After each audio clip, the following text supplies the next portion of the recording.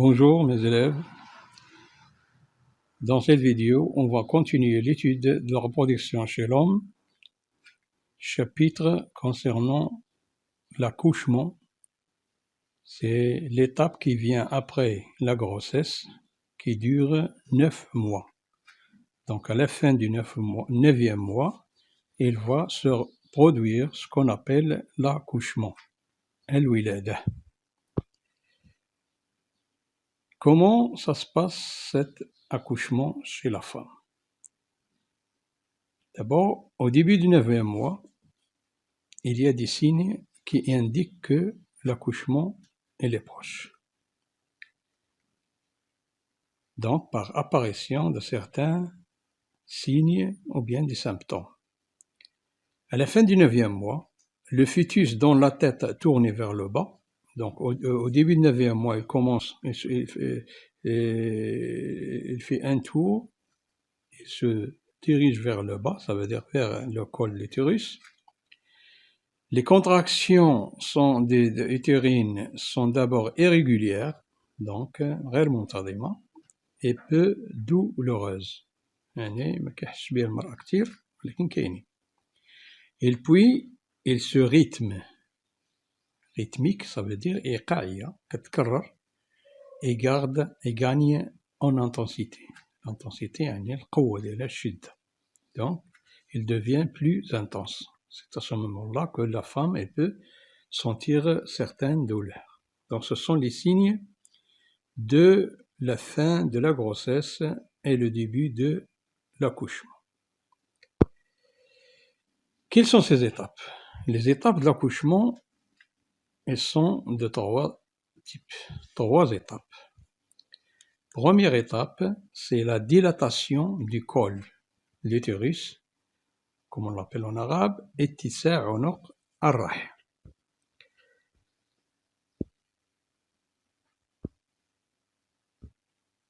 Donc, le col de l'utérus, le voilà, donc il va s'élargir et il y a dilatation pour permettre au fœtus de quitter l'utérus. Donc, c'est la phase, ou bien la première phase de l'accouchement, et elle est la plus longue.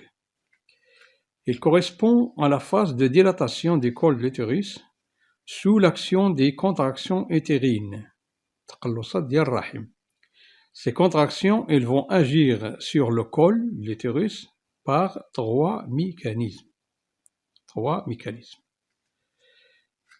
En augmentant la pression intra-utérine. Donc, il y a une augmentation à l'intérieur de l'utérus par les muscles utérins. Deuxième mécanisme, en appuyant sur le col par l'intermédiaire de la poche des os ou de la tête du bébé. Ça veut dire la caisse en eau, ça veut dire l'amnios, elle est remplie par un liquide, ça s'appelle le liquide amniotique. Donc ces deux, ils vont exercer une pression sur le col. Troisième mécanisme, c'est en tirant directement sur le col par l'intermédiaire des contractions.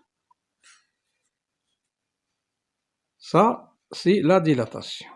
Donc, comme vous voyez ici, trois étapes ici, le col de l'utérus non dilaté ici que vous voyez, donc ici le col de l'utérus il est effacé, donc il commence à s'élargir, et ici c'est la fin, donc il va se dilater de 10 à 11 cm.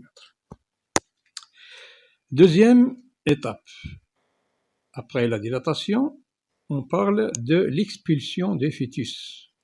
Donc, tard al-hamil. Donc, le fœtus, il sera expulsé à l'extérieur de l'utérus et même du corps de la femme. Elle est caractérisée par la descente et l'engagement dans le bassin, l'hawd. Donc, il se dirige vers le bassin, vers le bas. Il va devoir adapter sa position, tandis que les os du bassin de la femme vont pouvoir bouger et s'écarter. Donc les os, elles vont s'élargir, ce qui provoque ici des douleurs. La descente du bébé dans le bassin peut durer de 30 à 40 minutes, à quelques heures, suivant la femme et suivant si c'est le premier accouchement ou le deuxième. Et puis, il commence à pousser sur le périnée, oui, le périnée ici, déclenchant alors chez la femme le réflexe de pousser. Donc à ce moment-là, c'est la femme qui doit pousser, c'est un réflexe, et le bébé, ou bien le fœtus, il se dirige vers la vulve. La vulve, tête relevée. Voilà la vulve, et passant par le vagin. C'est la délivrance. Cette dernière étape, la dernière étape de l'accouchement correspond à l'expulsion du placenta.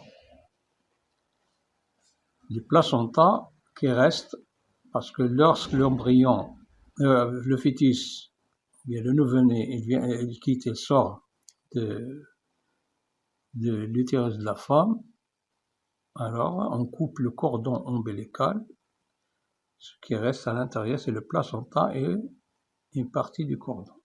Donc, après 20 minutes à 15 minutes, il va être rejeté. C'est ce qu'on appelle la délivrance. Donc, il se déroule en 3 étapes. Le découlement,